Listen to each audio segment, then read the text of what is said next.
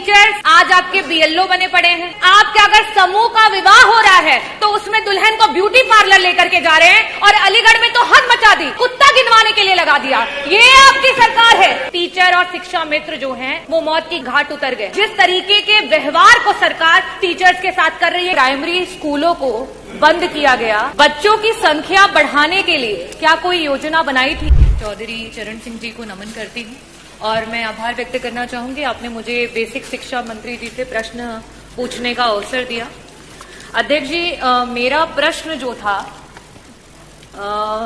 शिक्षा विभाग के पिछले किए हुए कृत्यों से जुड़ा हुआ था, क्योंकि अभी कुछ दिन पहले ये देखा गया कि विभाग के द्वारा कई सारे प्राइमरी स्कूलों को बंद किया गया मर्जर के नाम पर, और जब उसका कारण पूछा गया तो ये बताया गया कि उन स्कूलों में जो है बच्चों की संख्या कम है।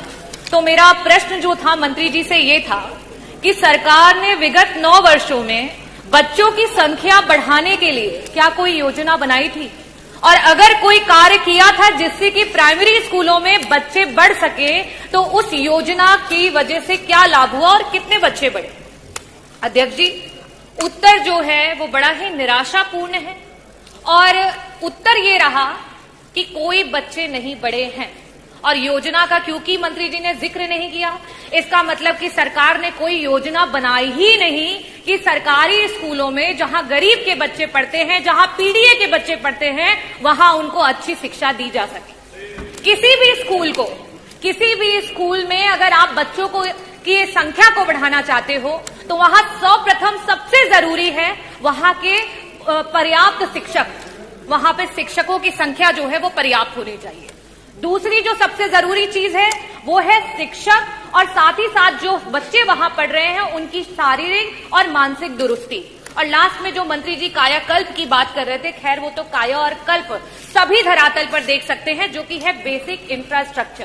खैर एक बात को, बेसिक इंफ्रास्ट्रक्चर को कॉम्प्रोमाइज भी कर सकते हैं, लेकिन जिन स्कूलों में टीचर्स ही नहीं है, जिन स्कूलों के टीचर्स प्रताड़ित हो रहे हैं, वहां पे हम कैसे चाहेंगे और कैसे पा पाएंगे कि हमारे बच्चे बढ़ रहे हैं?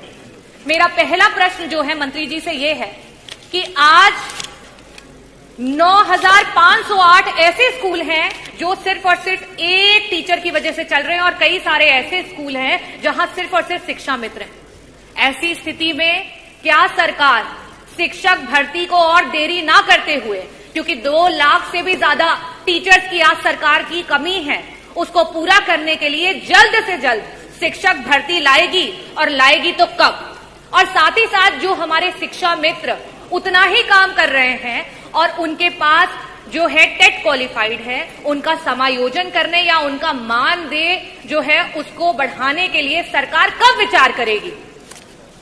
मेरा दूसरा प्रश्न मंत्री जी से ये है, क्योंकि मैंने मानसिक और शारीरिक दोनों की दुरुस्तता की बात की। जो टीचर्स आज आपके बीएलओ बने पड़े हैं, जो टीचर आपके सर्वे कर रहे हैं, जो टीचर गणना कर रहे हैं, जो टीचर आपके मिड डे मील करवा रहे हैं, जो टीचर आपके अगर समूह का विवाह हो रहा है तो उसमें दुल्हन को ब्यूटी पार्लर लेकर के जा रहे हैं और अलीगढ़ में तो हद मचा दी, एक टीचर को आपने कुत्ता गिनवाने के लिए लगा दिया। ये आपकी सरकार है। ये आप, हम कहते हैं कि हमारा जो गुरु होता है, गुरु ब्रह्मा, गुरु विष्णु, और आपने गुरु को कहां ला करके पटक दिया। ये आपकी सरकार है। मैं ये पूछना चाहती हूं, क्या ऐसी मानसिक उत्पीड़ना के साथ आप ये कर पाएंगे कि हमारे प्राइमरी स्कूल के जो हैं बच्चे बढ़ पाए? मेरा प्रश्न आपसे ये है कि अंतर जनपदीय आज 10-10 साल से टीचर्स बैठे हुए हैं, उनके ट्रांसफर्स नहीं हो पा रहे हैं।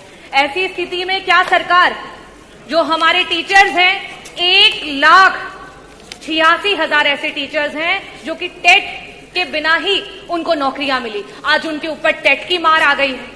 क्या सरकार उस टेट से उनको मुक्ति दिलाएगी? क्या सरकार अंतर जो आपके जनपदीय ट्रांसफर्स है उनकी बात करेगी? और जिस तरीके के व्यवहार को सरकार टीचर्स के साथ कर रही है, क्या उस पर रोक लगाएगी? और साथ ही साथ 35 टीचर और शिक्षा मित्र जो हैं वो मौत की घाट उतर गए। बीएलओ के रूप में वो काम कर रहे थे और उन्होंने आत्महत्या कर ली। इन लोगों के लिए क्या सरकार उनके परिवारों में एक सरकारी नौकरी और साथ ही साथ मुआवजा देने का काम करेगी? मैं बस इन 3 प्रश्नों के स्पष्ट उत्तर चाहूंगी कि सरकार अवश्य दे। बहुत बहुत धन्यवाद।